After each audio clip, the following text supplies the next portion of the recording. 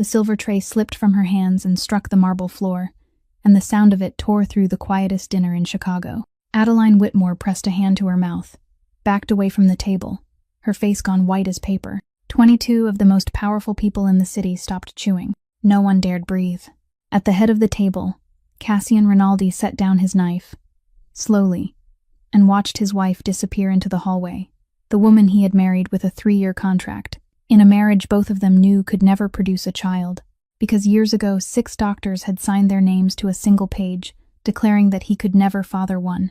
He looked at the sauce spreading across the floor like an open wound, and in the mind of the man whose name this city could only say in a lowered voice, a dark, heavy suspicion took root as he watched his pale, trembling wife vanish into the shadows of the hallway. 3 seats down, a hand wearing a black stone ring set a wineglass on the table.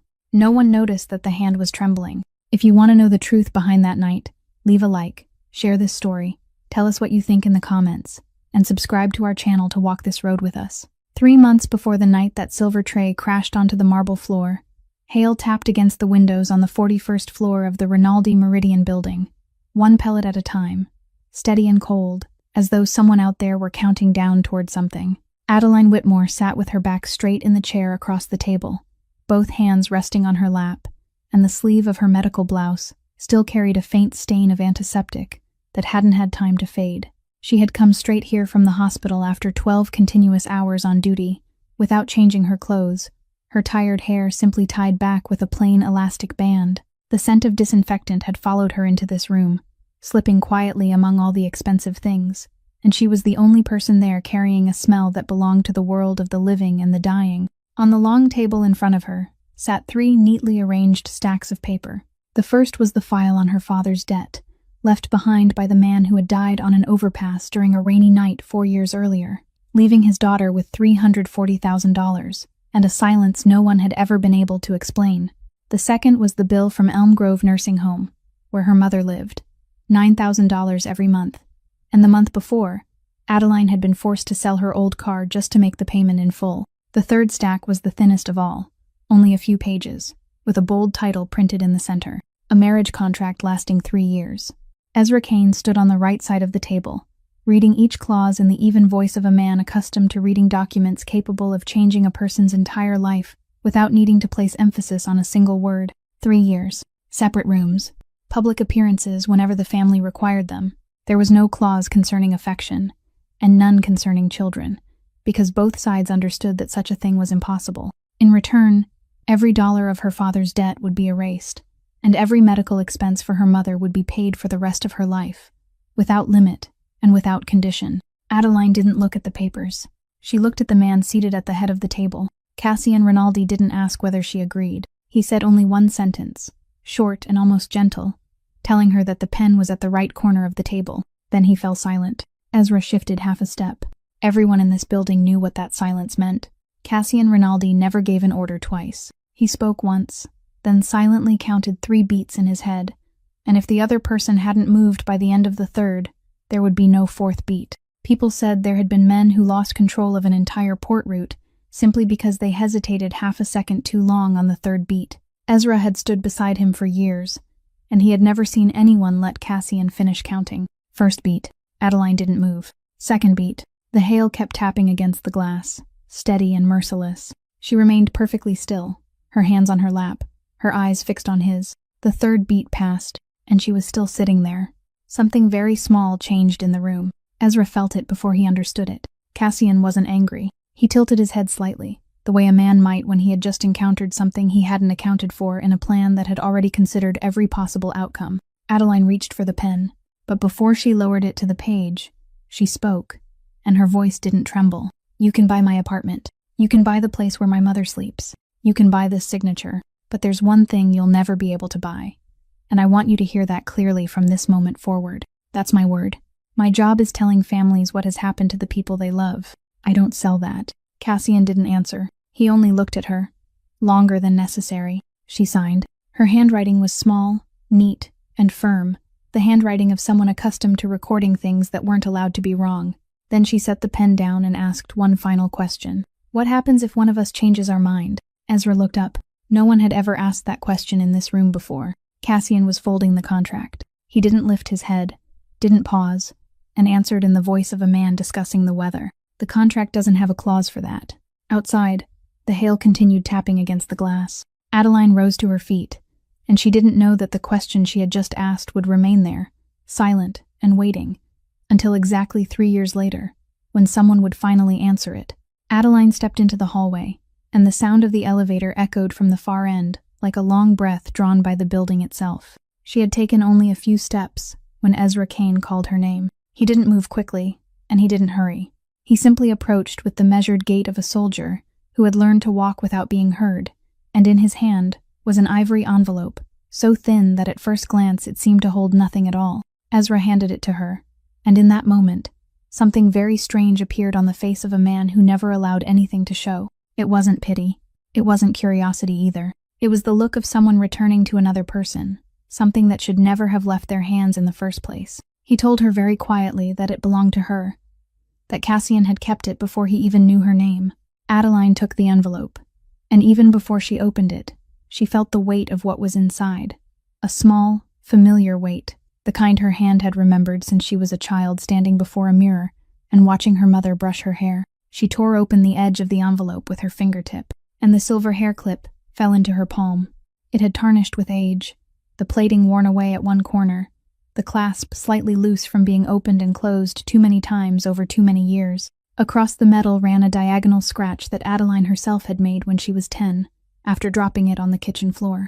It was the hair clip her mother had worn on her wedding day. It was the thing Adeline had been searching for over the past 6 weeks, turning out her hospital locker, digging through every pocket, standing in the changing room, and telling herself that if it was gone, then it was gone, because life had already taken far greater things from her than this. She stood frozen in the middle of the hallway, her hand closing tightly around it, and a chill traveled through her entire body from the back of her neck downward, because there was one simple thing she understood immediately. That hair clip couldn't have made its way on its own from her hands into the possession of the man sitting inside that room.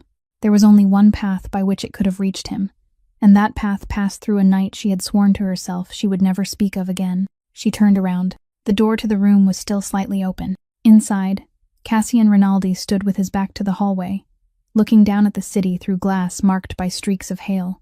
She asked him why he had it. Her voice was quiet, but in the silence of the 41st floor, it sounded like a needle striking the ground. Cassian didn't turn around. He didn't ask what she was talking about. He didn't ask where she had gotten it. He simply said, with complete calm, that he hadn't known who it belonged to, and that he didn't keep other people's belongings. Then he fell silent, and that silence closed between them like a steel door. Adeline remained there for a few more seconds before walking away, and it wasn't until much later that she understood this had been the first time in his life that Cassian Rinaldi had lied to her. That afternoon, she drove to Elm Grove. The last sunlight of the day slanted through the windows of the second-floor room, laying a warm golden glow across the wool blanket. Marianne Whitmore sat in a chair beside the window, her hair silver, her hands resting in her lap, and when her daughter entered, she looked up with the distant, courteous expression of someone receiving a kind visitor she had never met before. She asked Adeline who she was.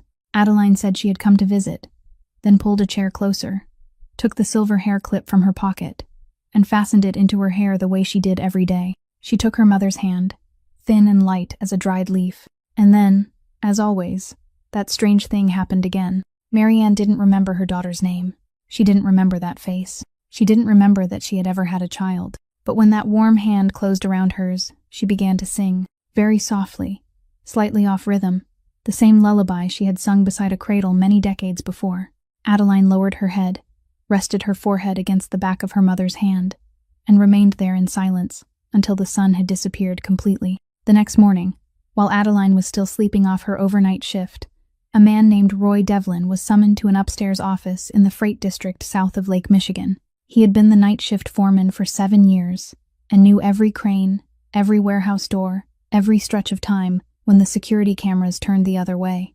He walked into the room with the easy confidence of a man who believed he was only being called in to answer a few routine questions, and he sat down in the chair across the desk with both hands placed neatly on the tabletop. Cassian Rinaldi was already there waiting. He didn't greet him. He didn't look up right away.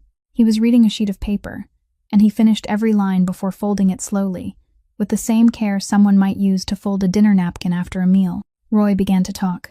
He talked about production from the previous quarter, about how several containers had been delayed because customs officials were making things difficult, about how he had been forced to stay at the warehouse until morning 3 nights in a row. Cassian let him speak. He didn't interrupt, didn't nod, didn't show whether he was listening or not.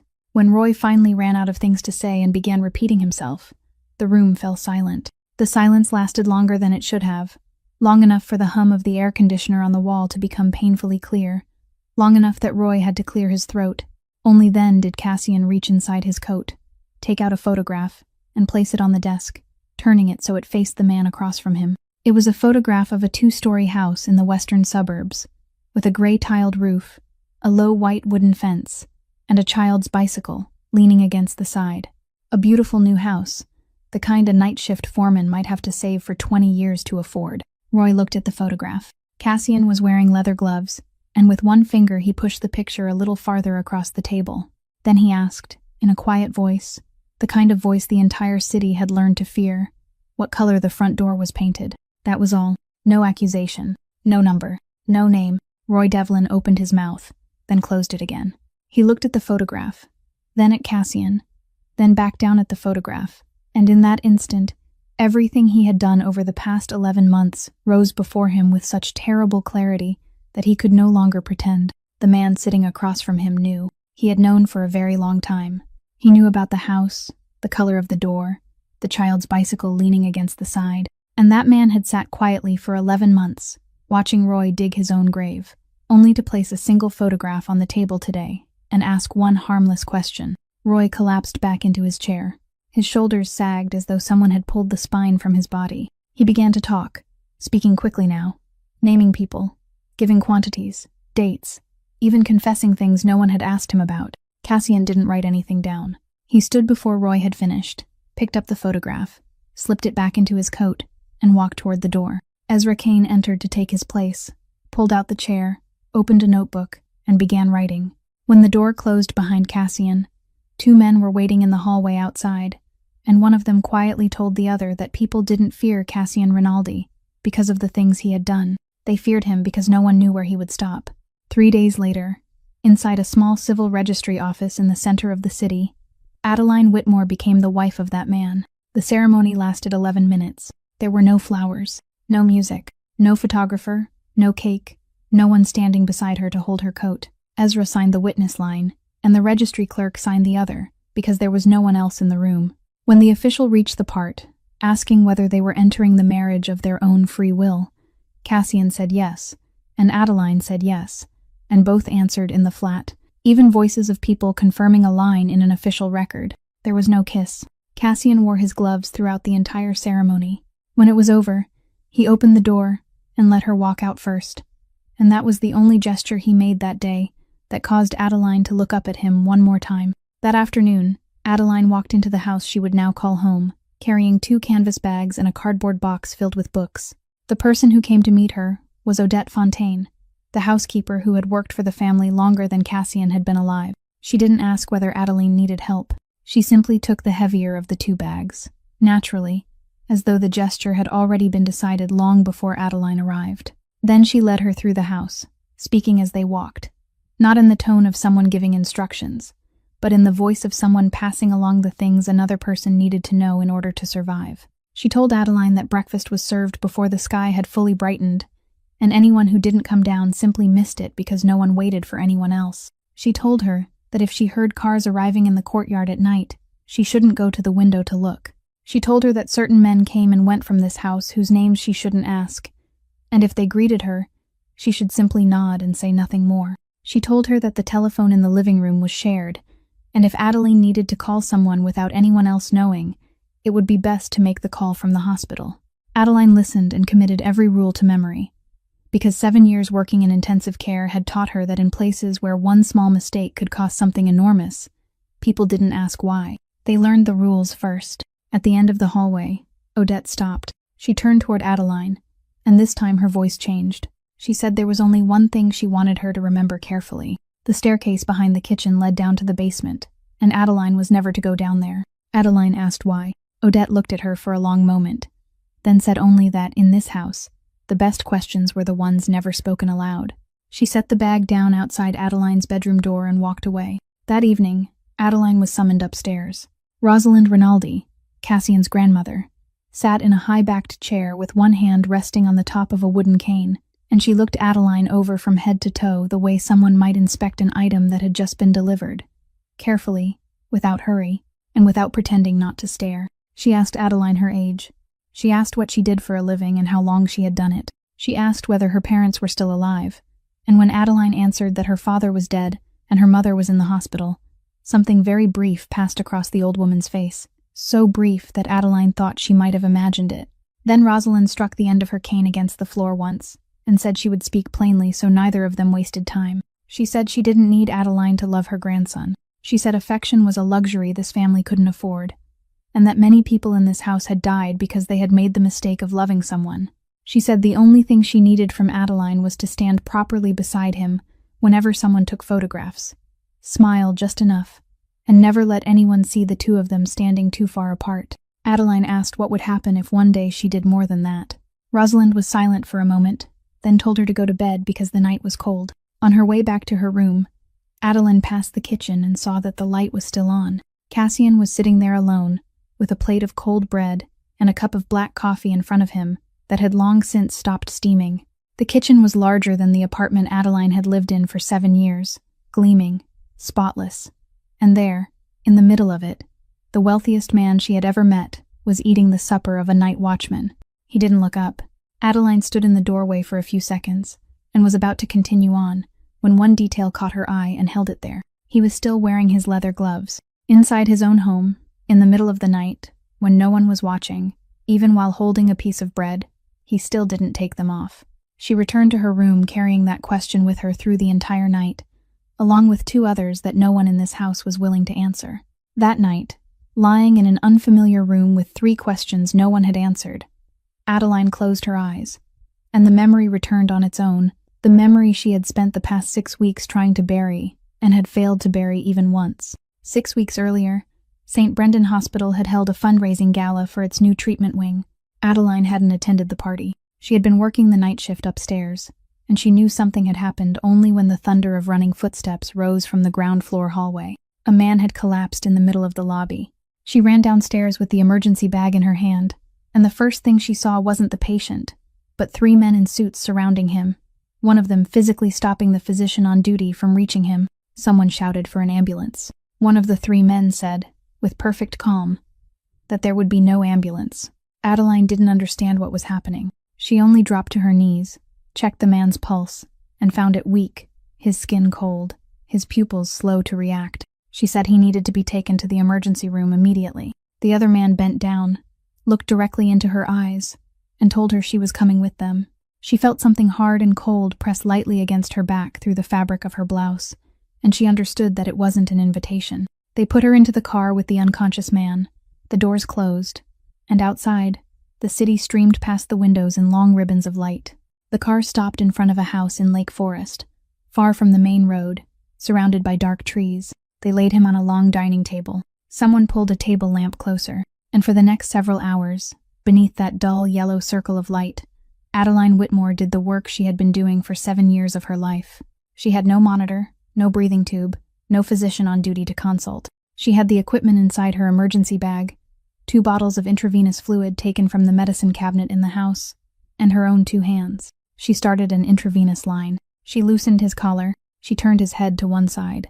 She checked his pulse, counted his breaths, wrote everything down, then 15 minutes later, checked again, counted again, wrote again. There was no medical chart, no monitoring sheet, so she did what any nurse would do by instinct. She reached for a printed sheet lying on the table, turned it over, and wrote on the back with the ballpoint pen from her pocket, 1 line at a time: pulse, blood pressure, respiratory rate, blood type. After she personally drew a small vial and labeled it according to procedure, because at that moment there was only one thought in her mind, that if this man died, there had to be at least 1 piece of paper stating exactly what she had done and when she had done it. Sometime in the middle of the night, he stopped breathing. She performed chest compressions, counting aloud, while the men surrounding the table stood in absolute silence and watched a woman who weighed less than 110 pounds throw the entire weight of her body down onto their boss's chest. He began breathing again. His pulse returned.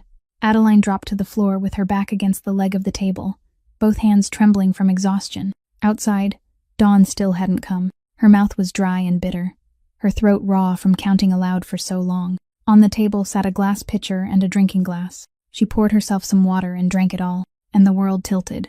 Morning light woke her. It poured through a gap in the curtains in a harsh white strip, cutting across the wooden floor, and Adeline opened her eyes inside a room she had never entered before. She lay still for several seconds. Then she understood. She understood everything immediately, without anyone needing to explain it, because the human body was a language she had spent 7 years reading, and it never lied. She sat up very slowly. The man lay on the bed beside her, still unconscious, his breathing steady again. Adeline looked at him, and the first thought that passed through her mind wasn't anger. It wasn't pain either. It was a cold calculation. She was a nurse carrying $340,000 in debt, with a mother in a nursing home, no relatives, no lawyer, no one standing behind her. The man lying there was Cassian Rinaldi. If she opened her mouth, no one would believe her, and she would be the one who paid the price. She got to her feet. She folded the sheet covered in her hurried handwriting into quarters and slipped it into the pocket of her blouse. She took the labeled blood vial from the night before, the one she hadn't had the chance to send anywhere, and placed it in the other pocket. By reflex, she lifted a hand to her hair to adjust the silver clip, but it was gone, and she no longer had time to search for it. Then she opened the door, went down the stairs, and walked out of that house before the man inside could open his eyes. A month passed in that house, and Adeline gradually realized that there was a language being spoken to her every day that no one was willing to acknowledge. She kept her regular shifts at St. Brendan, because that was the only thing in her life that still belonged entirely to her. And whenever she came home before dawn, the light in the kitchen was always on. It wasn't left burning all night. She had paid close attention to that. It came on only around the time she was due home. On the stove sat a small covered pot, and inside was a portion of food reheated until it was just warm enough. Never too cold, never too hot, as though someone had calculated precisely how many minutes it would take her to walk from the parking lot to the front door. She asked Odette about it. Odette only said that she was following instructions, and she didn't say who had given them. Then one day, Adeline's nursing shoes disappeared from the shoe cabinet by the door. They were the pair she had worn for 3 years, the soles worn down unevenly on one side, the leather across the toes cracked into thin white lines, and she still hadn't bought new ones, because the month before she had put every dollar she had into her mother's nursing home bill. In the place where the old shoes had been sat, an unopened cardboard box. Inside was a brand new pair of nursing shoes, the exact brand she always wore, the exact size, the exact color, with not a single note included. She picked up the box, then set it back down and stood there for a long time, because she didn't know whether she should feel cared for or afraid that someone knew even the size of her shoes. The following week, an envelope arrived from Elm Grove. She opened it with that familiar tightening in her stomach, the feeling that had followed her for 4 years whenever she saw that seal. But the paper inside wasn't a bill. It was a confirmation notice stamped to show that every expense had been paid in full for the entire year, with an additional note stating that Marianne Whitmore's room had been moved to a section with a window overlooking the lake. Adeline sat down on the stairs with the paper in her hand, and for the first time in many months, she didn't have to calculate where she was going to find $9,000 for the following month. That evening, when she returned to her room, she found a dark brown leather-bound notebook and a pen on the bedside table. The notebook was thick, with fine paper and a stitched spine. Beside it lay a folded note in slanted, rigid handwriting containing only one sentence, saying that since she wrote everything down, she should use something better. There was no name beneath it. Adeline looked at the old ballpoint pen in the pocket of her medical blouse, the pen that had followed her through more shifts than she could count, and she understood that whoever had written that note had seen her taking notes somewhere, at some moment, without her ever knowing it. From that night on, she began writing in the notebook. It wasn't a diary. She wrote the way a nurse wrote a medical chart, brief, dry, dated, without adjectives. Then, one night, near the end of the month, after 3 shifts in a row, she fell asleep while reading in the library, her head resting against the arm of the chair. The notebook slipped from her lap onto the carpet and fell open to the page she had just written. Cassian passed by and stopped. He bent down and picked it up. He hadn't intended to read it, but the page was already open before his eyes, and there were only 3 lines written there. The first line was the date. The second said that today, Mother still didn't remember my name. The third said that it was all right, because it was enough that I remembered. Cassian stood there for a very long time with the notebook in his hand. Beyond the window, wind from the lake stirred the curtain gently. Then he closed the notebook and placed it on the small table beside her, exactly where she would see it when she woke. He took the wool blanket draped across the back of the chair and laid it over her shoulders carefully, making sure his hands didn't touch her. He remained there a little longer. Then he turned off the light and left, closing the door as quietly as he could. And from beginning to end, he didn't say a single word. Less than 2 weeks after that night, Adeline was awakened by pounding on her door. It wasn't knocking. It was pounding, rapid and without restraint, the kind of sound she had learned to recognize during the years she spent working night shifts in the emergency department. She sat bolt upright in the darkness. Odette was standing outside the door, her face drained white, a cleaning cloth still clutched in one hand, and she said only one thing, that they needed Adeline downstairs immediately. Adeline grabbed the emergency bag she always kept beneath her bed out of habit from 7 years in medicine, then ran after her down the hallway.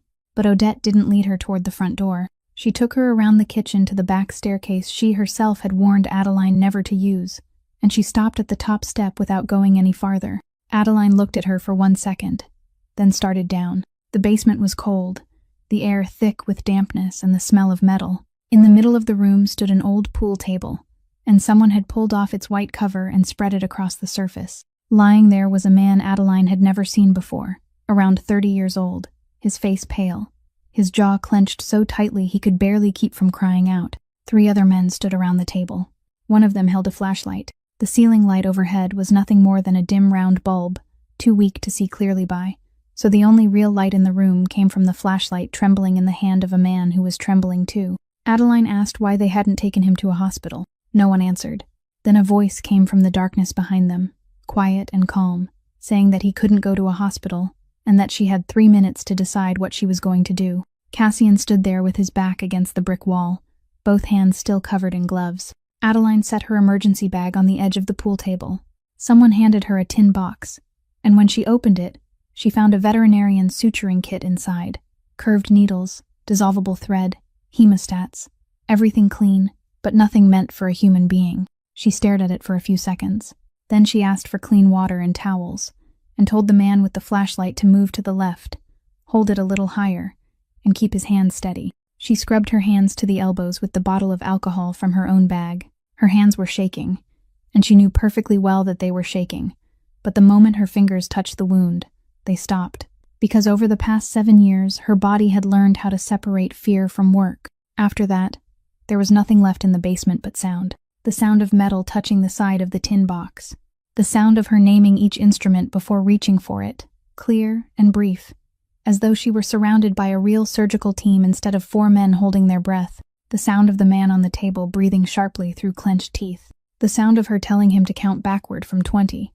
The sound of him reaching 14 before his voice broke. The sound of sutures pulling through flesh. And in the middle of it all, when the pain reached its highest point, the man on the pool table cried out a name. He didn't call for Cassian. He didn't call for one of his men. He called for his mother.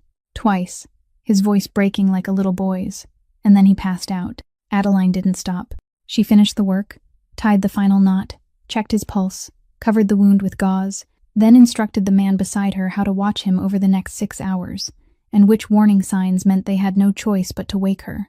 When it was over, she straightened her back. It ached from bending over for so long. She pulled off her gloves, dropped them into the aluminum basin, then looked toward the brick wall, where the man in the shadows was still standing motionless. Then she spoke in a calm voice, without anger and without accusation, the voice of someone reporting a laboratory result. She said that he had just called for his mother. She said that in 7 years working in intensive care, she had stood beside many people during the final minutes of their lives, and almost every one of them had called for their mother. She said she had never once heard anyone call for their boss. Not a single person. Not ever. Then she picked up her emergency bag and walked back up the stairs without waiting for an answer. Cassian didn't say a word. He remained in that same spot for a long time after the sound of her footsteps had completely disappeared upstairs. That night, the light in his study stayed on until dawn, and the only person who knew was Ezra Kane, who passed the doorway 3 times and each time saw Cassian sitting perfectly still, reading nothing, writing nothing, simply staring into the empty space in front of him. The first signs had appeared about 10 days earlier, and Adeline had ignored every one of them. First came the smell of coffee. One morning, when Odette poured coffee into a cup in the kitchen, the scent Adeline had lived with through 7 years of night shifts suddenly hit her so hard that she had to step backward toward the doorway. She blamed the lack of sleep. Then came the smell of disinfectant soap at the hospital, that sharp, biting scent she had breathed in so often that she had long ago stopped noticing it, suddenly clinging to the back of her throat every time she pushed open the changing room door. She blamed 3 consecutive shifts. She was a nurse. She knew exactly what she needed to know. And because she knew so well, she refused even more fiercely to let herself consider it. Because it was impossible. Until that evening in the grand dining room, when everything collapsed in front of 22 of the most powerful people in Chicago. She rushed down the hallway, one hand covering her mouth, the other gripping the wall to keep herself from falling. The guest restroom was at the end of the corridor. She pushed the door open, locked it, and doubled over. The nausea came in waves, violent and merciless, until there was nothing left inside her to bring up, and still it wouldn't let her go. She gripped the edge of the sink with both hands, forced herself upright, and looked into the mirror. The face staring back at her was deathly pale, her hair disheveled, and the silver hair clip had slipped crookedly to one side. She turned on the faucet, scooped up cold water, and splashed it over her face. Then she stood perfectly still, both hands still braced against the sink, and in that silence she began to count. She counted backward. She counted a second time to make sure. She counted a third time, and by the third, her knees had gone weak. Outside in the hallway came the sound of footsteps, then someone's voice asking through the door whether she was all right, and she heard herself answer that she was fine, her voice normal, almost cheerful, the professional voice she always used to reassure patients' families outside the intensive care unit.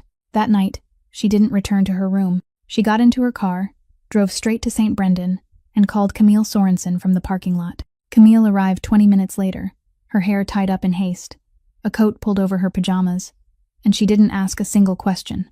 She swiped her badge to unlock the laboratory, switched on one row of lights, then pointed toward a chair in the corner, and told Adeline to sit down. Outside, the hospital corridor after midnight was lit only by the pale green glow of the emergency exit signs. Camille did everything herself, asked no one for help, entered nothing into the system.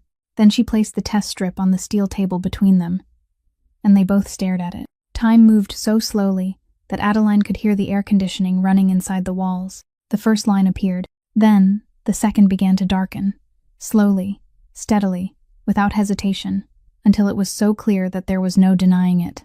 Camille said nothing for a long time. Then she pulled her chair closer, sat down in front of her friend, took Adeline's ice-cold hands in hers, and asked only one word. Who? Adeline opened her mouth, but no sound came out. She thought of that night in Lake Forest, of the dull yellow circle cast by the table lamp, of the morning light cutting across the wooden floor, of the sheet folded into quarters, and the labeled blood vial she still kept inside her locker downstairs in this very building.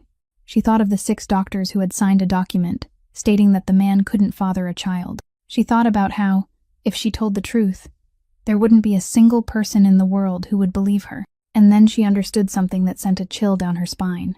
She was carrying inside her something that, by every piece of medical evidence, shouldn't have been able to exist. She slid from the chair and sank onto the cold tile floor, her back against the leg of the laboratory table, unable to answer her friend's question. Camille sat down beside her and didn't ask again. She simply wrapped an arm around Adeline's shoulders. Out in the dark hallway, a few dozen steps from the laboratory door, a man stood hidden behind a concrete pillar. He had been there since before Camille arrived.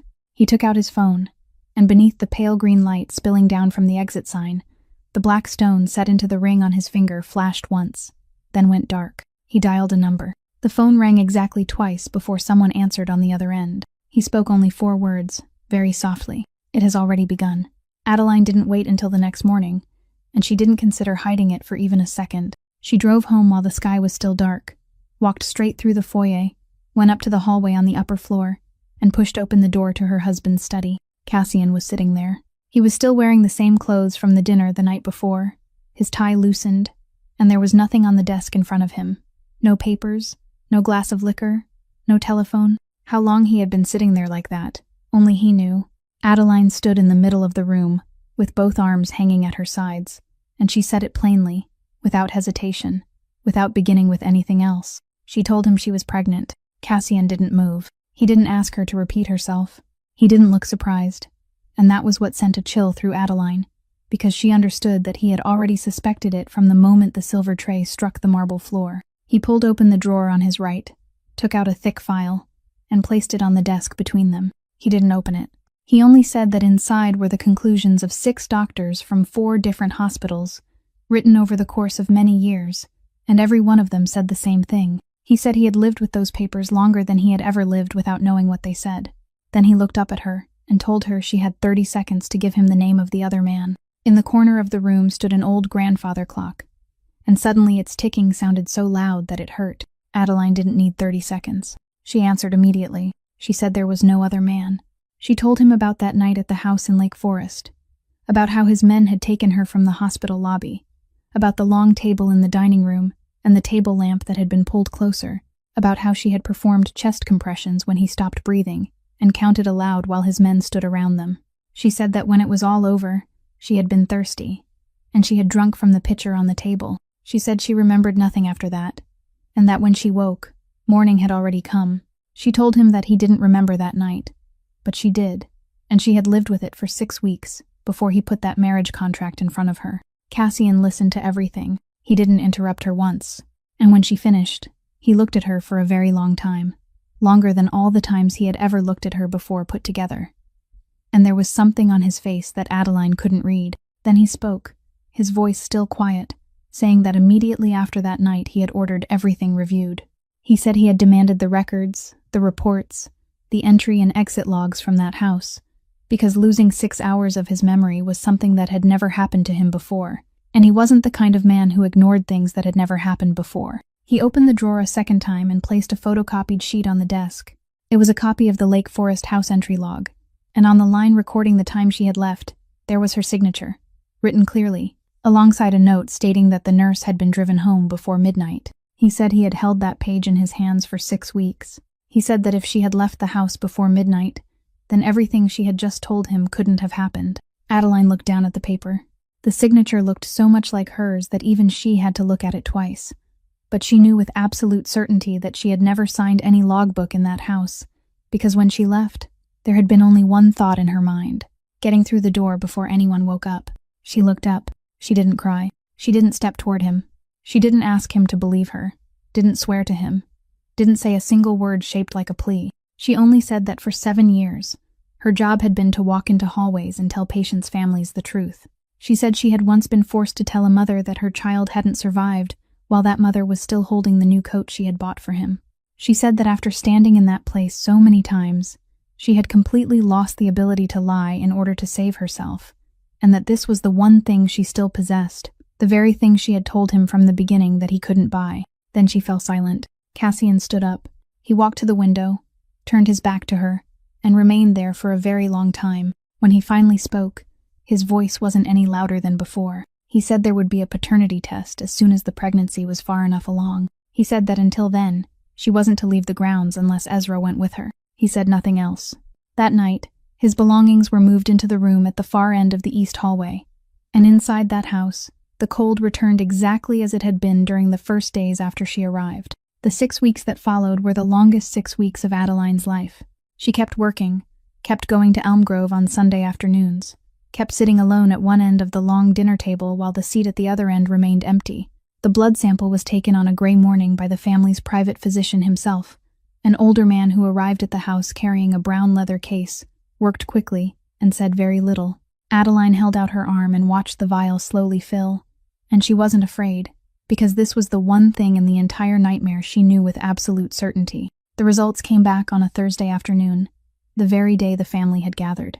There were 22 people in the grand dining room that day, the heads of the different branches, the family attorney, and Rosalind seated at the head of the table with her wooden cane standing beside her chair. Adeline was called downstairs. The moment she entered, she knew something was wrong, because no one looked at her. Every person in the room was staring down at their plate. Cassian stood at the far end of the room holding an opened envelope. He said nothing when she approached. He simply pulled out the sheet inside and threw it onto the table, and the paper slid across the polished wood until it stopped directly in front of her. Adeline lowered her eyes. She read the conclusion, printed in bold across the middle of the page. No biological relationship. She read it a second time, then a third. The words remained exactly where they were, black against white, refusing to blur, refusing to change. She looked up and opened her mouth to speak, but Cassian spoke first, and his voice was something Adeline had never heard before. Low, even, and so cold that the room seemed to lose several degrees of warmth. He said that from this moment forward, the woman standing there had no connection to the Rinaldi family. He said that whatever money had already been spent was gone, and no one was to demand a cent of it back, and no one was to touch her. He said that anyone who mentioned her name again inside this house would have to speak with him privately. Then he turned to Ezra and told him to bring the car to the door. He didn't look at Adeline once during any of it. Halfway down the table, a hand wearing a ring set with a black stone lifted a glass of wine, turned it slightly, then set it back down. Rosalind remained perfectly still, both hands folded over the head of her cane, and she didn't say a word. Adeline went upstairs and packed her belongings into the same 2 canvas bags she had arrived with. Exactly 2, no more. She left the new nursing shoes in their box. She took the leather-bound notebook, because the words inside belonged to her. Ezra drove her away. Rain began falling as the car passed through the gates. Adeline sat in the back seat with one hand resting over her stomach by instinct, watching through the window and waiting for the car to turn onto the main road. But it didn't turn onto the main road. It continued for another 20 minutes through several quiet neighborhoods, then stopped in front of a low-rise apartment building lined with trees. Ezra got out, opened the door for her, and handed her a key. The apartment was on the 3rd floor. Everything was already there. The lights were on. The heat was running. The refrigerator was full of food, arranged neatly, including the same ginger tea Odette had made for her every morning. On the dining table lay a stack of documents, and Adeline opened them. The first page was the lease for the apartment, paid in full for 1 year. The second was the transfer paperwork moving her mother to a better nursing facility north of the city, all expenses already paid, and in the box listing the relative responsible for guaranteeing payment was a name she had never heard before. She understood immediately what it meant. Someone had tried to erase every trace of her mother from any record carrying the Rinaldi name. Adeline stood in the middle of that warm apartment for a very long time. She looked at the full refrigerator. She looked at the papers. She thought about the way a man had just thrown a sheet of paper in front of 22 people, and then quietly paid an entire year's rent for her. And she understood that this was the only way he knew how to say something he didn't dare put into words. But she understood something else too. If she sat down in that chair, ate the food in that refrigerator, slept in that bed, then she would become forever what that paper had declared her to be, a woman who had been taken care of, an expense neatly handled and closed. She placed the keys on the table beside the documents. She picked up her 2 canvas bags, walked down 3 flights of stairs, and stepped out into the rain. That night, using the money still left from her night shift wages in her own bank account, Adeline Whitmore rented a room on the 2nd floor of an old building on Halsted Street, where the stairs creaked and the window looked out onto a brick wall. She set her 2 bags on the floor, sat on the edge of the bed, and for the first time in all those weeks, she allowed herself to cry. St. Brendan wouldn't take her back. No one said it outright. They only said the schedule was full, that they would contact her again, that she should rest in her current condition. And by the 2nd sentence, Adeline understood that someone had called ahead of her. She didn't argue. She applied for work at a small private clinic on Ashland Street, a place that treated patients without insurance and paid by the shift, and they hired her that same afternoon because no one wanted to work nights in that neighborhood. From then on, her life narrowed into a very small circle. She walked from Halsted Street to the clinic as darkness fell, worked through the night, treating cuts, fevers, and drunken men asleep in the waiting room chairs, then walked home before dawn. Wind off the lake pushed up through the streets, cold and damp, slipping beneath the collar of her coat. And she moved much more slowly now because her stomach had begun to show clearly beneath her clothes. Some days she had to stop halfway, lean one shoulder against a streetlight, breathe for a while, and only then continue walking.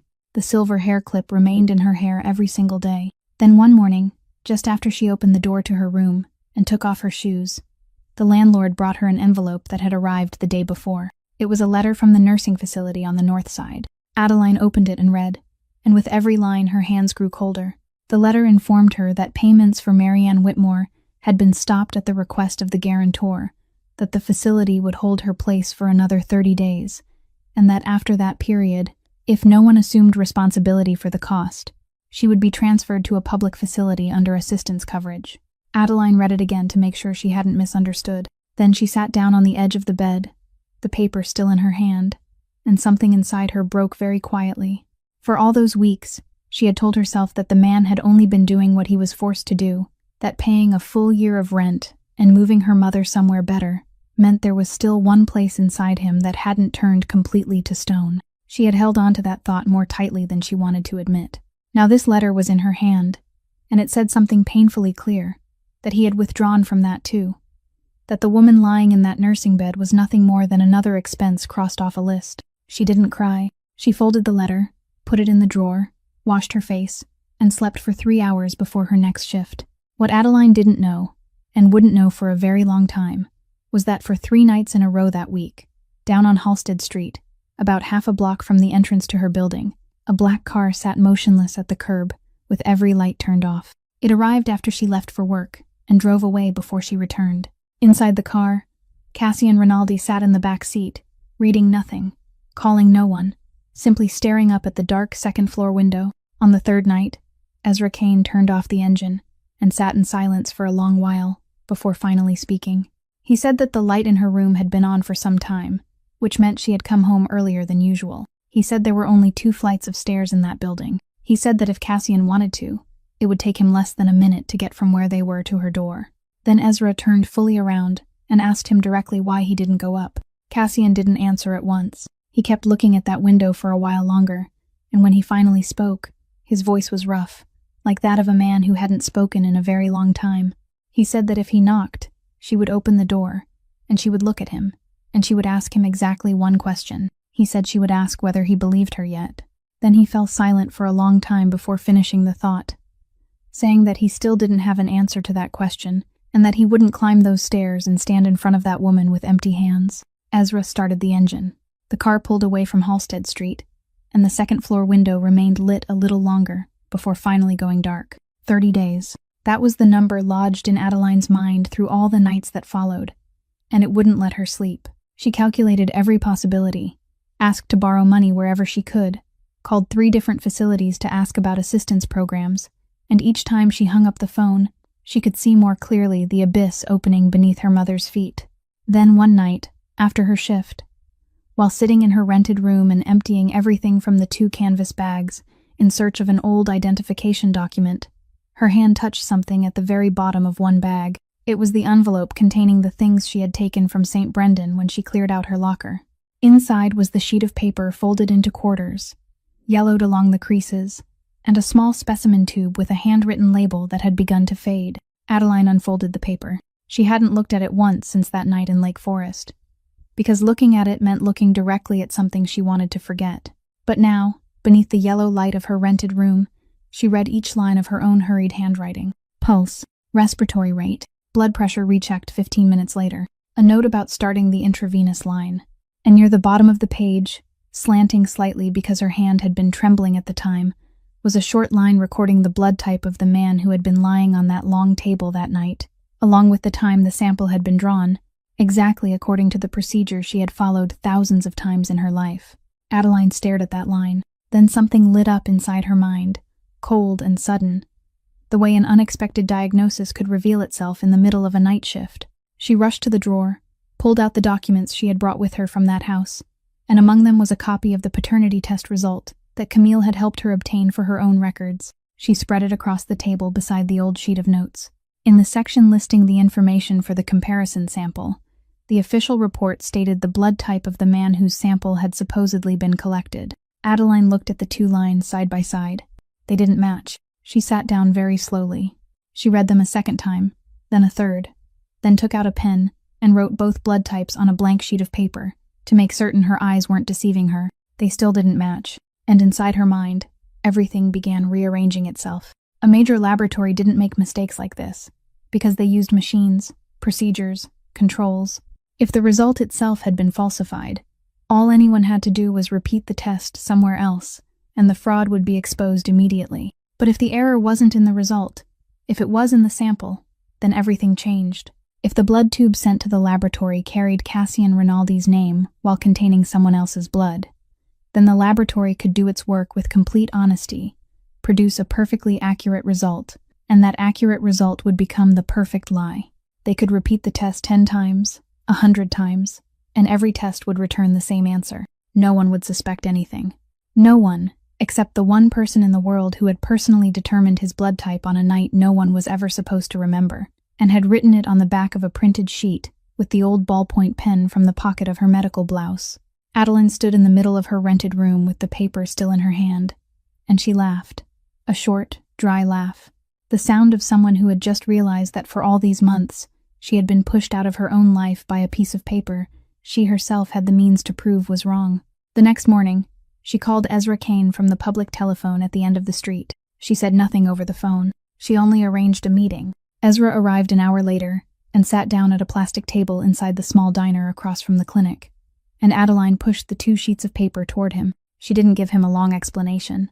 She pointed to the first line, then the second, and told him that the blood in the tube sent for testing hadn't belonged to her husband. Ezra bent over the papers and stared at them for a long time. He was a former military medic. He understood immediately what it meant, and Adeline saw the exact moment his face changed. He asked whether she had shown anyone else. She said no. He asked again, more slowly this time, whether it was truly possible that no one else knew. And when she nodded, he leaned back in his chair and remained silent for a long while.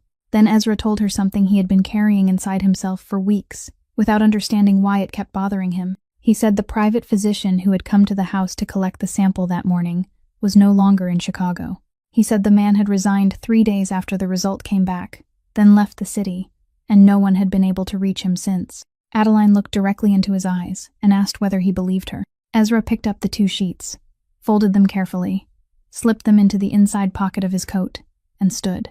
He said he didn't need to believe her, because there were things in this world that remained true whether anyone believed them or not, and that now he was going to do what should have been done months ago.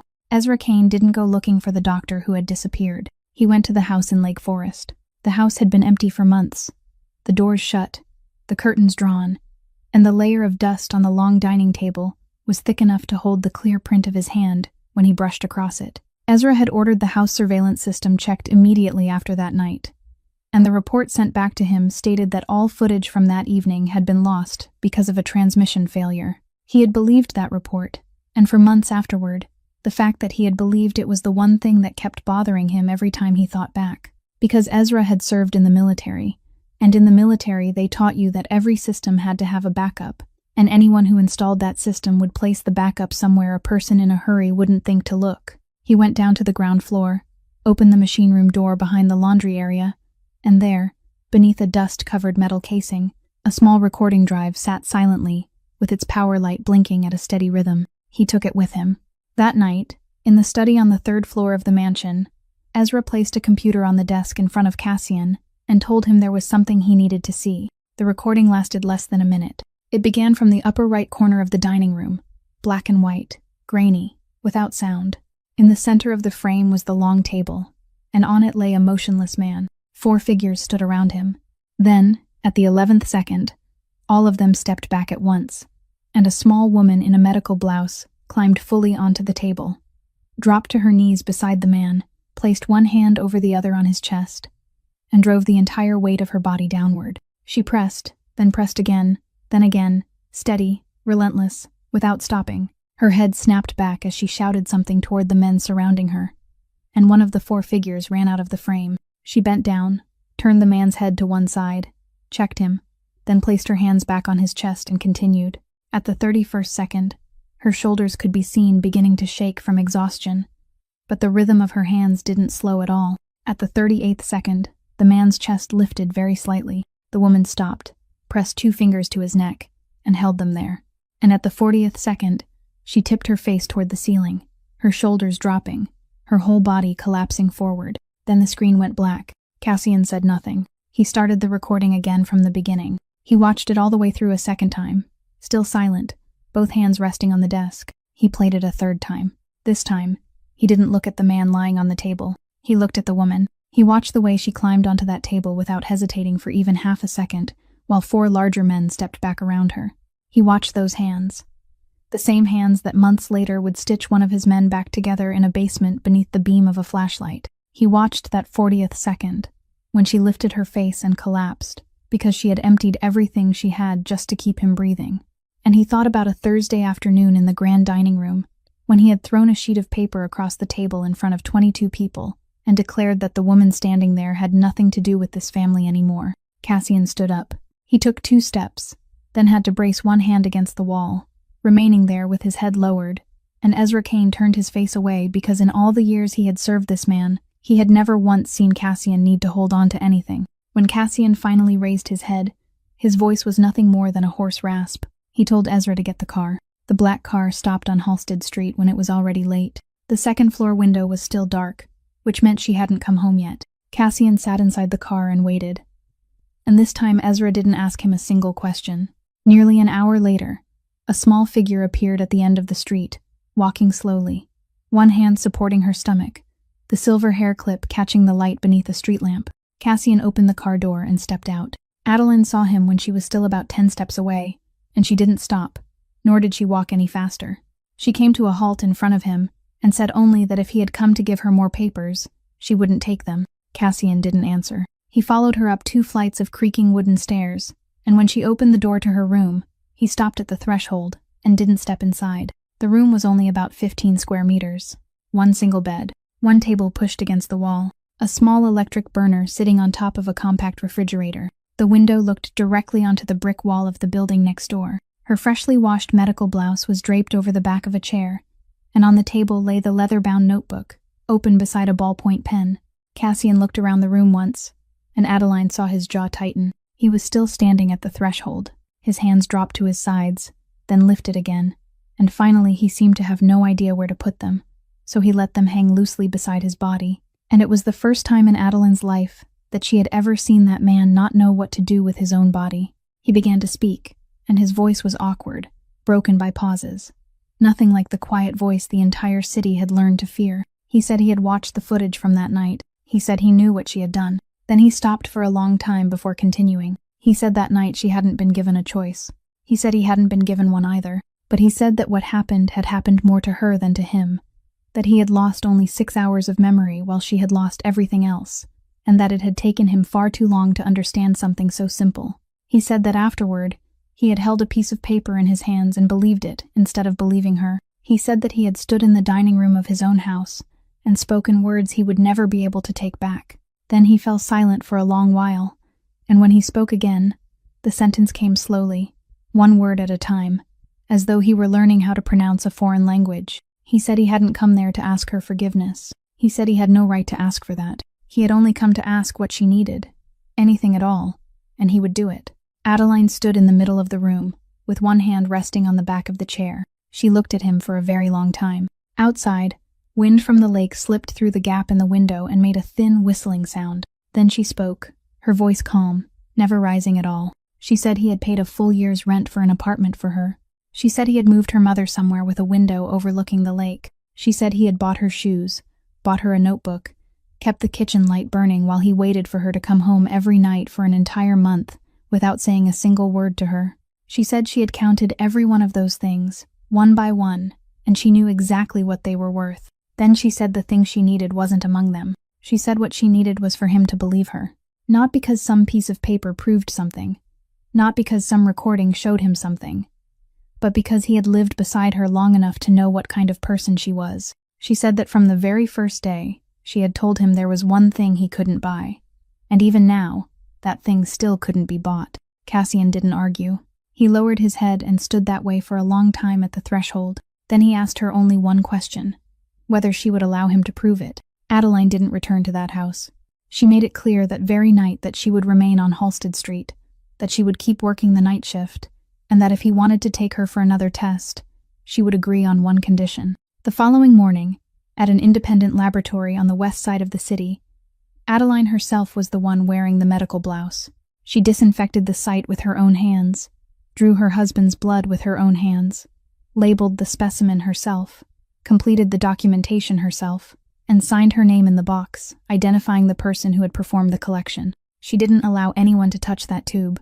She carried it all the way to the intake counter, stood there and watched as they entered the identification code, and didn't leave until she was holding a stamped receipt in her hand. Cassian sat in the waiting chair outside the hallway the entire time, both gloved hands resting on his knees, and he didn't ask a single question. The results came back 4 days later. Adeline went to collect them herself, opened the envelope herself right there at the intake counter, and read the report while standing in the middle of the laboratory hallway beneath the white fluorescent lights. There was only one line that mattered: probability of biological paternity. 99.99%. She read it again. Then she looked up at the man standing a few steps away and handed him the paper without saying a word. Cassian took it. He read it very quickly, then read it again very slowly, and Adeline watched his entire face collapse in silence. He didn't rejoice. He didn't embrace her. He only stood there with the paper in his hand, and the first thing he said wasn't an exclamation, but a question as cold as steel, asking that if this was true, then what had he been living with all these years? 3 days later, Ezra Kane found the person they needed. Not the doctor who had fled the city, but a much older name, the first name listed in the thick file Cassian had kept inside his drawer for so many years. Dr. Warren Halloran, the physician who had signed the first conclusion when Cassian was still lying in a hospital bed. His body shattered after the night his older brother died. Halloran no longer practiced medicine. He lived alone in a small ground-floor apartment in Evanston, with a window overlooking the parking lot. When the door opened, the man standing inside was nearly 70, stooped with age, and both of his hands trembled constantly, the uncontrollable shaking of an illness that had followed him for years. He looked at Cassian, then at the pregnant woman standing beside him, and he didn't ask who they were. He only stepped back and opened the door wider, as though he had been waiting for this moment for a very long time. In the small living room crowded with books and carrying the smell of medicine, Cassian sat down in the chair across from him. He didn't raise his voice. He didn't threaten him. He didn't mention a single name or a single number. He simply placed the old file on the table between them and asked one question: who had paid him? Warren Halloran looked at the file. Then he began to cry. He cried the way an old man cries after holding back tears for far too long, without sound, only his shoulders shaking while tears ran down both hollow cheeks. He stood up, went into the room beyond, and took a long time to return because his hands were trembling so badly that he couldn't open the lock on the drawer. When he came back, he was carrying an envelope yellowed around the edges, the kind made from thick paper that people no longer used. He placed it on the table and pushed it toward Cassian. Inside was the original medical report, bearing the hospital seal, the signature, and a date that had faded with time. Cassian opened it and read. The conclusion contained only a few lines, and the final line stated that the recorded injuries were moderate. The prognosis for recovery was favorable, and there was no indication whatsoever that the patient had lost the ability to reproduce. Cassian Rinaldi had never been infertile. He sat in silence for a very long time with the paper in his hand. The old man began to speak, his voice breaking into fragments. He said that the other man had come to see him during the second week after the surgery, when the 22-year-old young man still hadn't fully regained consciousness. He said the man hadn't threatened him at all. He had spoken very softly, almost tenderly, and that was what made it frightening. Halloran repeated the man's words exactly, saying that if the boy believed he could never have children, then he would never marry anyone, and if he never married anyone, there would never be a child who would grow up only to be shot one day, simply because that child carried the Rinaldi name. He said the man had called it mercy. He said that at the time, Halloran had just lost his private practice and was drowning in debt, and he had sat with those words all night until he convinced himself that perhaps it really was better for the young man that way. He said he had signed. Then he looked up at Cassian and said one final thing, that he hadn't kept the original document because of conscience, but because of cowardice, because he had been afraid that one day someone would come back looking for him, and he would need something to save himself. Adeline had remained silent from the beginning, one hand resting over her stomach. Only now did she step forward. She wasn't angry. She didn't raise her voice, and when she spoke, her voice was the voice of someone who had spent 7 years standing in intensive care hallways delivering news to families who were waiting. She said that people entered a hospital carrying the most precious thing they possessed, their own bodies, and they placed those bodies into the hands of people wearing the coat he had once worn. She said they didn't understand the terminology, couldn't read the numbers, had no way to verify what they were being told, so the only thing they could do was trust. She said he had taken that trust and sold it, and the price had been 12 years of a man's life. 12 years spent believing that he was the final period at the end of his own bloodline. She said illness hadn't stolen those 12 years. A signature had. Warren Halloran sat with his head lowered, both hands trembling violently on his lap, and he couldn't say another word. When they reached the door, Cassian stopped. He didn't turn around. He only said that Halloran would have to repeat everything he had just said somewhere else, in front of other people, and that this time he wouldn't be allowed to be a coward. News of the trip to Evanston spread through the house before the car even reached the gates. The following afternoon, Odette Fontaine called the clinic, and she said only that the old lady wanted to see Adeline alone, without Cassian, and that she had been waiting in the upstairs room since morning. Adeline arrived just as the sky was beginning to turn toward rain. Rosalind Rinaldi sat in her high-backed chair as straight as ever, but this time the wooden cane wasn't standing beside her chair. It lay across her lap, and on the small table in front of her sat a dark wooden box, the kind once used for cigars, its lid polished smooth by years of hands passing over it. She didn't invite Adeline to sit. She simply pushed the box forward and told her to open it. Inside were papers. A great many papers, stacked, tied with string, yellowed with age. Adeline lifted the top layer, and she immediately recognized what she was holding, because she had seen an identical document in the Evanston apartment the day before. Rosalind said she had kept it inside that box for 12 years. She said she had known it was the genuine report from the moment someone secretly placed it in her hands. Adeline's head snapped up. She asked why Rosalind hadn't given it to her grandson. The old woman looked directly into her eyes and said only one sentence, that she had thought keeping it from him was saving him. Then she began to tell the story. She said she had buried 2 sons and 1 grandson over the course of 20 years, that she had stood beside 3 graves and counted every name still left in the family, that when Tobias died, Cassian was the only grandson she had left, and she had sworn to herself there would be no more graves. She said that if Cassian believed he couldn't have children, he would never marry anyone, and if he never married anyone, there would be no one for their enemies to target. She said she had known it was a crime, and she had committed that crime every day for 12 years, every time she watched her grandson sit alone in the kitchen eating his dinner. Adeline stood perfectly still. She thought of the man who wore leather gloves, even while holding a piece of bread, and she understood that his loneliness had been stitched onto him by the very hands of this old woman. But Rosalind wasn't finished. She told Adeline to turn to the papers underneath. There was another set of documents there, thinner than the first, and on the first page was a diagram of a shipping route, along with a list of crates. Rosalind said that many years earlier, she had discovered that Cassian's uncle was using the family's transport routes to move something Cassian had absolutely forbidden. She said she couldn't expose him within the family because half the people in the house were on his payroll, so she had done what she believed was the smartest thing. She found an outsider, a long-haul truck driver who belonged to no one, a decent man with a conscience, and she let him know what was inside the cargo on that particular run.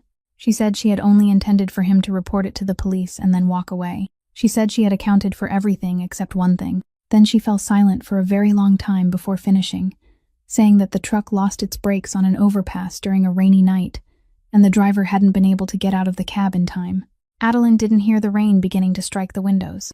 She heard her own voice from very far away, asking the driver's name. Rosalind said it aloud. It was her father's name. The papers in Adeline's hands didn't fall, because her fingers had closed around them so tightly that they could no longer open.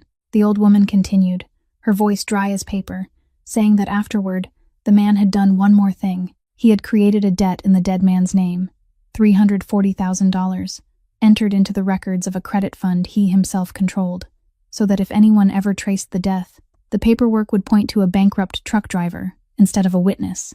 She said the debt that had weighed on his daughter's shoulders for 4 years had been created by the same hand that killed him. She said he was also the one who had ordered the Lake Forest entry log altered and Adeline's signature forged.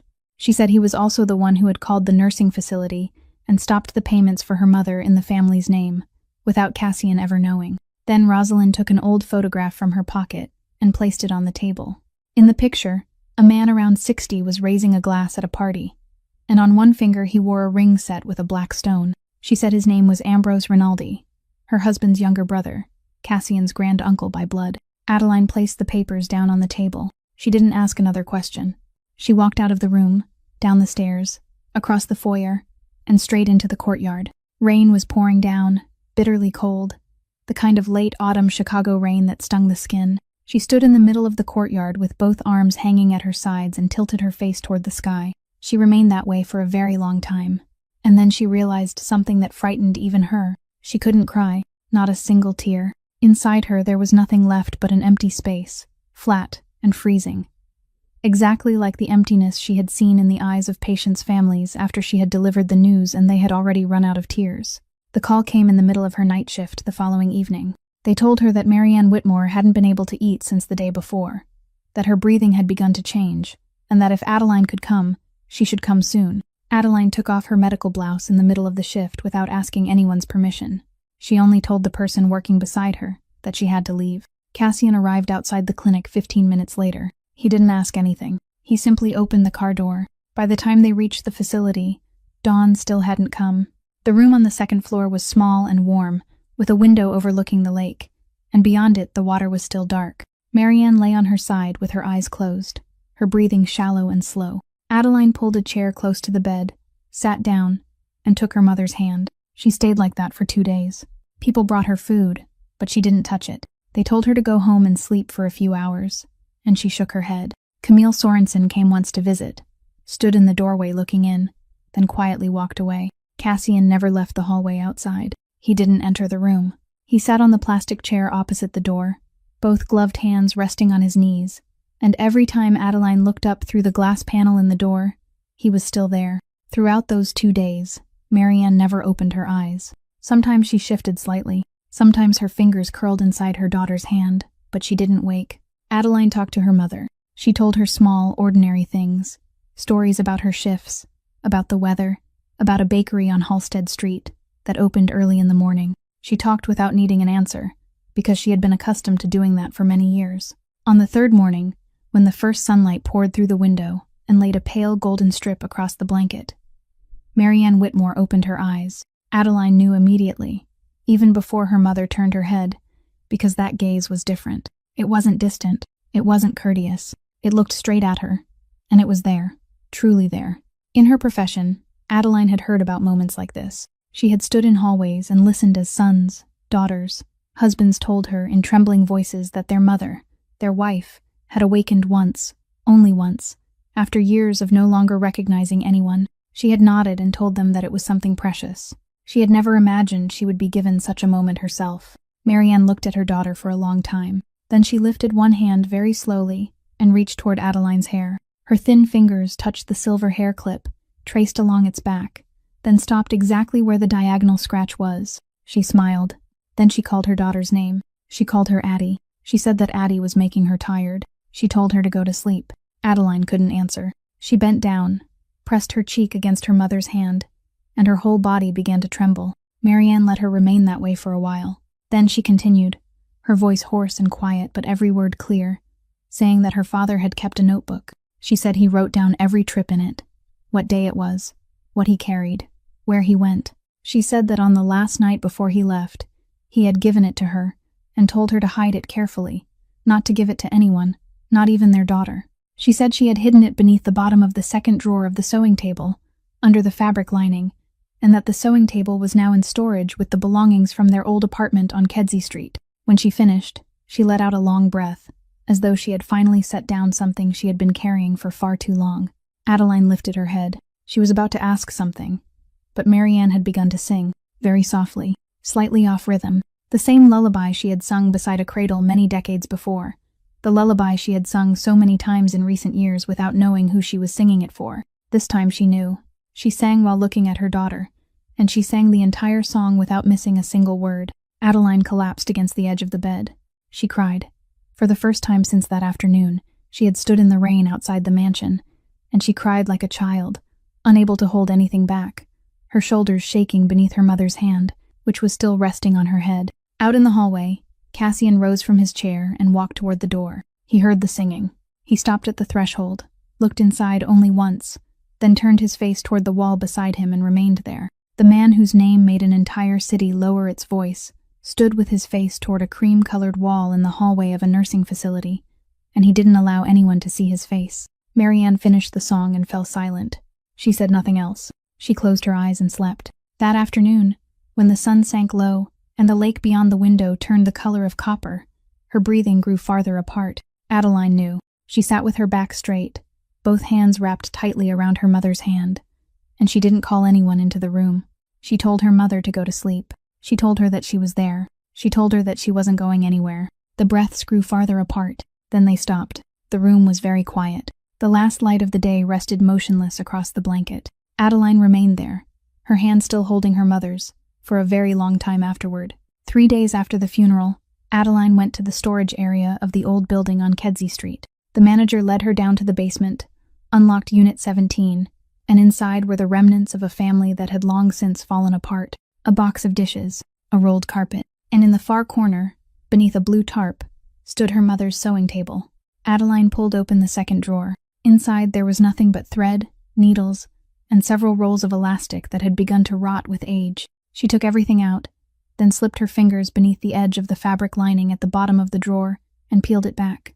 The notebook was there. A worn blue hardbound notebook of the kind long-haul drivers still bought at roadside stops. And across the cover her father had written the name of the route by hand. She sat down on the cold concrete floor and opened it. Inside was his handwriting, large and slightly slanted, recording every trip over many years. Date, point of departure, destination, cargo numbers, name of the person who signed for delivery. And on the final pages, the handwriting changed. It became smaller, more hurried, and no longer followed the usual format. He wrote that there were 3 crates not listed on the shipping order. He wrote that he had opened one of them and looked inside. He recorded the identification numbers, recorded the name of the person who delivered them, and on the second to last page, he wrote one short line saying that if anything happened to him, this was the reason. The final page contained only one sentence, written to his wife, telling her to hide the notebook carefully and not give it to their daughter because he didn't want the girl to have to carry this. Adeline sat in that basement for a very long time with the notebook on her lap. She took it home, and that evening she gave it to Ezra Kane. Ezra read it from beginning to end without saying a word, then called someone he knew at the federal prosecutor's office. While they waited, he took out a file he had been compiling himself over the past several weeks and placed it on the table so she could see exactly where everything stood. Adeline turned through the pages one by one. Then she stopped. In the middle of the file was a copy of an old report dated nearly 3 months earlier, from before that hail-struck afternoon on the 41st floor. It was a background review prepared by Cassian's people, and it listed everything about a night shift nurse named Adeline Whitmore, place of employment, financial situation, her mother's name and nursing facility, and on the 4th line, her father's name, accompanied by a note about the overpass accident and the $340,000 debt. She read that line 3 times. Then she picked up the entire file and went straight to the mansion. Cassian was in his study. She placed the documents on his desk, opened them to that exact page, and asked him when he had learned whose daughter she was. He looked down at the paper. He didn't deny it. He said he had known before they signed the contract. Adeline asked another question, her voice very calm, asking whether he had searched for her after the night in Lake Forest. Cassian was silent for a while, then said yes. He said that when he woke, he had still been holding a silver hair clip in his hand, and he remembered nothing except that he was alive. He said he had ordered people to check every hospital in the city for 6 weeks to find out who it belonged to. He said that when they found her, the file about her reached him at the same time, and inside that file was the name connected to the man who had died on the overpass. Adeline nodded very slowly. Then she asked the last question, the one she had been afraid to ask ever since leaving the basement on Kedzie Street. She asked whether the 3-year contract, the apartment paid in full for a year, the shoes, the notebook, the kitchen light left burning every morning while he waited for her to come home, whether all of those things had been for her, or whether they had been for a debt he believed he owed to a dead man on an overpass, because that man had died because of the system Cassian himself controlled. She said she didn't need him to make it sound good. She only needed him to tell the truth. Cassian stood up. He walked to the window and remained there for a very long time. Then he turned back toward her, and what he said wasn't an answer. He said he didn't know. He said he had asked himself that question many times, and had never dared to be certain, because those two things had been tangled together from the very first day, and he hadn't been honest enough with himself to separate them. Adeline looked at him, nodded, then picked up her father's notebook and walked out. That night, somewhere else in the city, a man received word that Dr. Warren Halloran had been taken to the federal prosecutor's office that afternoon, with an attorney beside him. He sat motionless in the darkness for a very long time. Then the black stone ring on his finger tapped twice against the tabletop, and he began making calls. Everything began to collapse before dawn. 3 transfer points south of the lake were frozen at the same time, licenses suspended, accounts locked, and by mid-morning half the people who still answered to Cassian had stopped answering their phones. Ezra Kane read the list to him over the phone, and when he reached the 9th name, he stopped, because both men understood what it meant. Ambrose wasn't attacking the money. He was cutting off every route so he could free his hands for something else. Cassian called Adeline. The phone rang, and no one answered. That afternoon, Adeline went to the nursing facility on the north side to sign the remaining papers and collect her mother's belongings. She descended into the underground parking garage after dark, carrying a canvas bag with a few sets of clothes and a framed photograph inside. Only half the lights in the basement level were working that night. She heard the footsteps before she saw the man. They weren't the footsteps of someone walking toward his own car. They were the footsteps of someone matching the rhythm of hers. She didn't turn around. She had worked in hospitals for 7 years, and she knew one thing very well that men like Gil Trask never thought about. Every large building was designed to save lives, and all she needed was to know what was where. She turned left instead of continuing toward her car. She walked another 10 steps to the concrete pillar with a red glass box mounted on it, smashed the glass with her elbow, and pulled the alarm lever all the way down. The bells screamed through all 4 levels at once. The emergency lights flooded the entire garage in white. The elevator doors opened automatically in evacuation mode, and in less than 2 minutes, the entire building poured down into the parking garage. Employees, nurses, patients, families, security guards, everyone at once, surrounded by alarms and blinding white light. Gil Trask stopped in the middle of that moving crowd. He couldn't do anything. Adeline moved against the flow toward the emergency stairs, exited through the rear door, reached her car, and drove away. She didn't drive back to Halsted Street.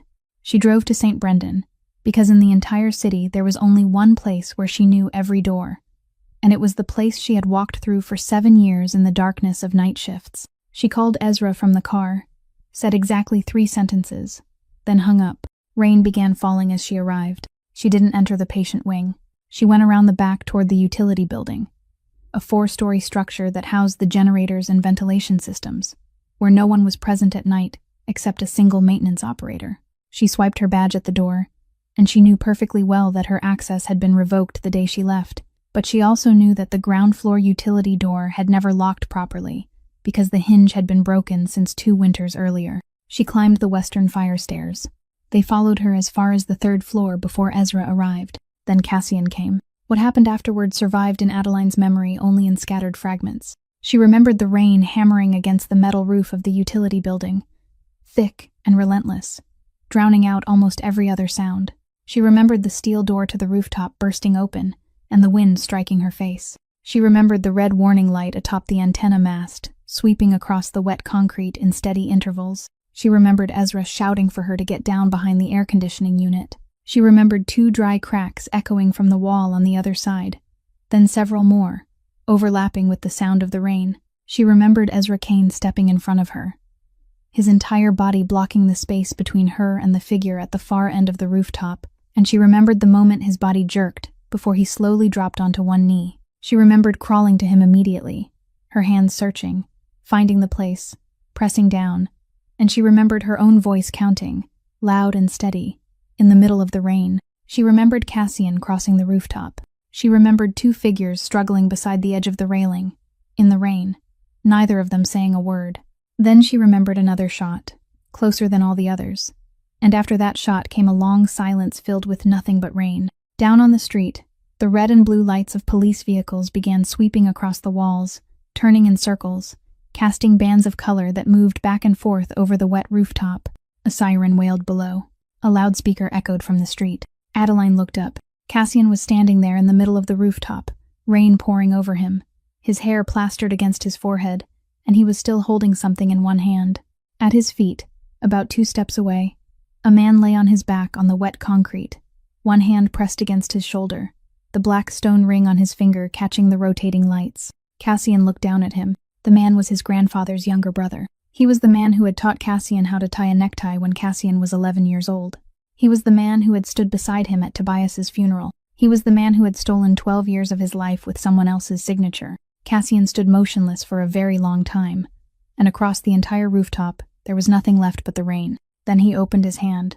The thing he had been holding fell onto the wet concrete with a hard, dry sound, slid a short distance, and came to a stop. The man lying on the wet concrete began to struggle for breath. Cassian didn't move. He stood there in the rain with both hands empty and looked down at him. No one on that rooftop could have blamed him if he had remained exactly where he was for another 3 minutes. 3 minutes would have been enough. He knew it. Ezra knew it. And the man on the ground knew it too. because he looked up at his nephew, and there was no pleading in his eyes, only the waiting of a man who had already calculated how his story would end. But then came the sound of running footsteps. Adeline crossed the rooftop, her hair soaked through, one hand supporting her stomach, and dropped to her knees beside Ambrose Rinaldi. She didn't look at his face.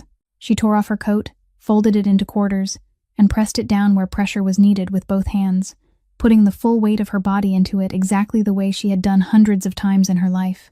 She turned toward the stairwell and shouted, her voice breaking apart in the rain, calling for a stretcher, calling for oxygen, calling the emergency department by name, clearly giving the location as the rooftop of the utility building, then repeating it a second time to make sure the people below had heard her.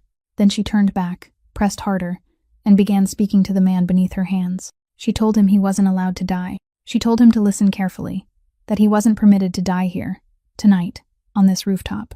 She said that if he died, everything would close neatly around him. There would be a proper funeral. Someone would stand up and say a few decent words about him, and her father would remain forever nothing more than a bankrupt truck driver whose brakes failed on an overpass. She said dying like that would be far too easy. She said he had to live. He had to sit in a room where someone was taking down every word, and he had to say with his own mouth how her father had died and why. She said she would keep him alive until that happened, even if she had to kneel on this concrete all night. Ambrose Rinaldi looked at her. He couldn't speak, but he could hear her, and he understood, and the only thing he was able to do was close his eyes. Cassian watched all of it. He watched the woman he had once thrown a piece of paper at in front of 22 people, the woman whose mother had died only 3 days earlier, the woman carrying his child inside her, kneeling in the rain to keep breathing the man who had taken her father from her. And he understood something very simple that no one had taught him in 34 years of life. There was a kind of strength that required nothing at all in your hands. When the emergency team reached the rooftop, Adeline handed over the patient in 3 short, precise sentences, giving them everything they needed to know, then released her hands, and immediately turned toward Ezra Kane. He was sitting with his back against the air conditioning unit, his face deathly pale, his lips turning blue from the cold. She dragged the emergency bag closer, called out each item she needed by name, and began working beneath the beam of a flashlight held for her by one of the rescue workers. Ezra watched her, and between 2 breaths, he let out a dry laugh and said that at least this time they had equipment made for humans. Adeline didn't laugh. She told him to be quiet and count backward from 20. Ezra reached 9 before the stretcher team arrived. The rain was still falling. Down on the street, red and blue lights swept across the walls in circles, and the crackle of radios mixed with the sound of water rushing through the gutters. Adeline stood up, both knees numb, both hands shaking violently from the cold. Cassian stepped toward her. He removed his coat and laid it around her shoulders, and this time he didn't ask what she needed. Adeline looked down at the stretcher being carried through the steel door, watching the man with the black stone ring being taken away so he could remain alive and so he could answer for what he had done. Then she spoke, her voice hoarse, barely audible beneath the rain. She said that for years the entire city had told itself that people feared Cassian Rinaldi, not because of what he had done, but because no one knew where he would stop. She looked up at him. She said that tonight, she finally knew. She said he stopped at exactly the place where a person could still turn back. Cassian didn't answer. He only stood there in the rain looking at that woman, and in that moment he knew with absolute certainty that if she gave him one more chance, he would spend the rest of his life becoming the man she had just described. The trial opened in the spring of the following year, and it didn't last nearly as long as people expected. The prosecution needed only 3 things. The first was the worn blue notebook of a long-haul truck driver, with its final pages recording the identification numbers of 3 crates that hadn't appeared on the shipping order, and 1 hurried line, saying that if anything happened to him, this was the reason. The second was the testimony of Dr. Warren Halloran, who sat in the witness chair with both hands trembling violently and told the entire truth he had hidden for 12 years. And when he was asked why he had waited until now to speak, he answered only that he had been a coward long enough. The third was the collection of documents inside the wooden box that Rosalind Rinaldi personally brought to the courthouse. And the old woman walked into the courtroom on her own with her wooden cane, refusing anyone's arm. Ambrose Rinaldi sat through all of it. He had survived, exactly as the woman kneeling over him on that rain-soaked rooftop had forced him to survive. And with his own mouth he told the court what had happened on that overpass that night. The sentence was handed down on a March afternoon, but the person who left the entire courtroom silent was someone else. Months before the trial, Cassian Rinaldi had voluntarily gone to the federal prosecutor's office with his attorney and turned over the complete operational records of the family, holding nothing back. He didn't ask for immunity. He accepted probation, accepted the loss of all executive authority, accepted having his assets placed under supervision, accepted reporting every month like anyone else. Some people said he had gone insane. Some said he was burning down with his own hands what 3 generations of his family had built. He explained himself to no one. Rinaldi Meridian was restructured into a legal, transparent, independently audited medical equipment distribution company, and 40% of its shares were transferred into a fund bearing the name Marianne Whitmore, dedicated to providing nursing education scholarships for the children of dock workers, the children whose parents had spent their lives working in the district the family had once controlled. The person who signed the documents establishing the fund was Adeline. Baby Annie was born on an April morning, with sunlight outside the delivery room windows and fresh leaves just beginning to open on the maple trees lining the hospital entrance. She had her mother's chestnut brown hair and her father's gray eyes. The second person to hold her, after Adeline, was Ezra Kane, his shoulder still bandaged, and he received the child from the nurse with the arms of a man who had once been a military medic. Careful, steady, exactly the right way. He stood beside the window, holding her for a very long time without saying anything. That afternoon, after everyone else had gone home, Cassian helped his wife up to the rooftop of St. Brendan Hospital, the place where, for 7 years, she had eaten dinner alone between night shifts. He handed her an envelope. Inside was their 3-year marriage contract, and beside it was a lighter.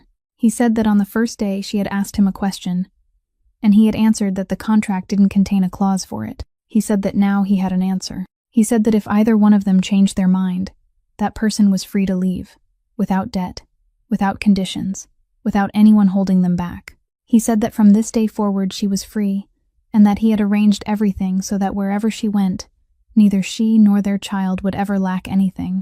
Adeline held the contract in her hands. She asked him what would happen if she stayed. Cassian stood silent for a moment.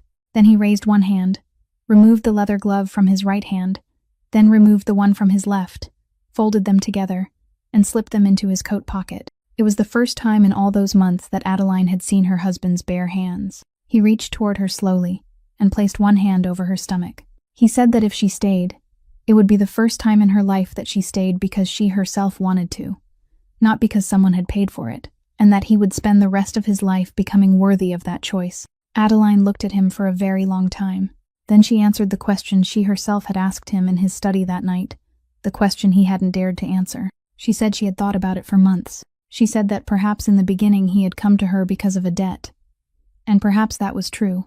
But she said people didn't leave the kitchen light burning for an entire month because of a debt. People didn't stand with their faces turned toward a wall in the hallway of a nursing facility because of a debt. People didn't open their hands and let go of what they were holding onto wet concrete because of a debt. She said that what something began as mattered less than what it had become. Then she lit the lighter. The small flame caught the edge of the paper and traveled along the clauses, and Adeline held the burning contract over the railing before opening her hand.